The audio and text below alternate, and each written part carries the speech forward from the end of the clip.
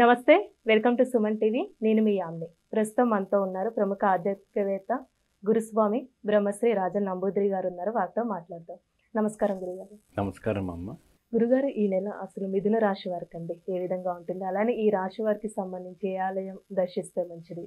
తాకట్టులో ఉన్న బంగారాన్ని విడిపించి ఆ రోజు ఆన్లైన్ రేటుకే మేము కొంటాం. Sharma gold company. ముందుగా శ్రీ మహాగణపతి దేవతభ్యో నమః, మహాలక్ష్మీదేవి అయి నమః.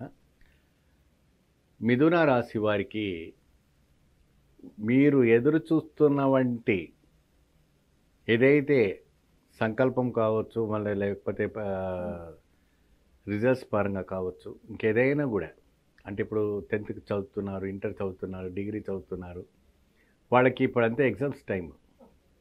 మేము పాస్ అవుతామా, పాస్ అవ్వమా, ఏ విధానంగా మేము ఇదవుతామా వినే వాళ్ళకి కొద్దిగా భయాందోళన అన్నది కలుగుతుంది. మీరు మిథున రాశి వారికి ఎటువంటి భయపడే విషయము లేదు. అందరూ కూడా చాలా చక్కగా చదివిన వాళ్ళకి మంచి మార్క్స్తో మంచిగా పాస్ అవ్వడానికి అవకాశాలు ఉంటాయి విద్యార్థులకి. ఇకపైన ఉద్యోగస్తులకు, ఫైనాన్స్ వ్యాపారం చేసే వాళ్ళకి, మరి ఇతర వ్యాపారం చేసే వాళ్ళకి, రైతులకి, అధికార ఉద్యోగం పదవిలో ఉన్న వాళ్ళకి, ఇంకా వేరే ఒక రంగాలు ఉన్న వాళ్ళకి కొద్దిగా వేరే రకంగా ఉండబోతుంది. ఎందుకప్పుడినే ఇక్కడ 9 గ్రహాల్లో 4 గ్రహాల్లో 3 గ్రహాలు వెతికేస్తున్నాయి. ఆ 3 గ్రహాలు వెతికేస్తున్నాయి కాబట్టి ఆ 3 గ్రహాలకు శాంతి చేసుకోవడం, జపాలు చేసుకోవడం, తర్పణం చేసుకోవడం వల్ల మీకు మంచి శుభ ఫలితం రావటం జరుగుతుంది. ఈ రాశి వాళ్ళు ప్రత్యేకమైనటువంటి రైతులు మరియు గవర్నమెంట్లో పనిచేసే వాళ్ళకి ప్రమోషన్స్ రావడం, ఇప్పుడు అధికారం పార్టీ మారింది కాబట్టి బదిలీ కావటం, ఈ స్థానం నుంచి ఆ స్థానం బదిలీ కావడం, ఆ బదిలీ అయ్యేటప్పటికి కొంతమందికి భయాందోళన కలగటం అనేది మొదలైంది. సో ఇక్కడ అలవాటు పడిన వాళ్ళు అక్కడికి వెళ్ళి ఎలా ఉంటారో, ఇక్కడ ఇది చేస్తే అటువంటి అన్నీ జరుగుతున్నాయి.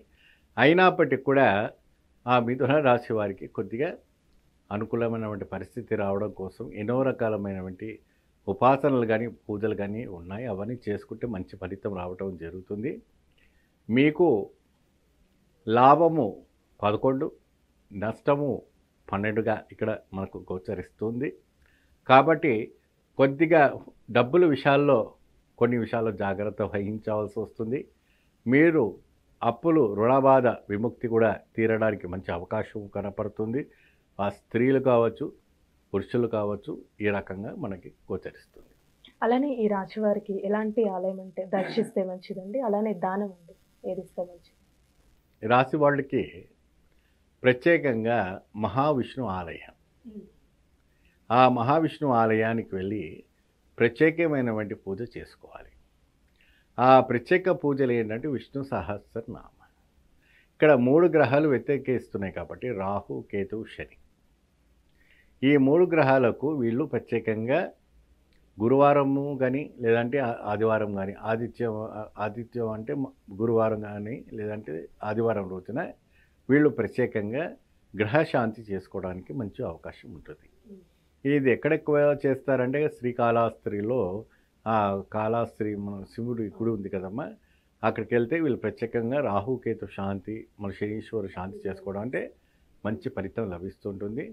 మహావిష్ణువుని విష్ణు సహస్రనామ చదవడం, వినటం, నిరంతరంగా స్వామివారి యొక్క పాదాలకి తులసి దళం చేయటం వల్ల మంచి విశేషమైనటువంటి ఫలితాలు రావటం జరుగుతాయి. అలానే దానం అంటే ఏమి లేదండి వీళ్ళు? వీరు ప్రత్యేకంగా గుడాన్నం అండి. గుడాన్నం అంటే భగవంతుడికి నివేదన పెట్టినటువంటి గుడాన్నం ఉంటుంది కదా, బెల్లంతో తయారు చేసినటువంటి పాయసం.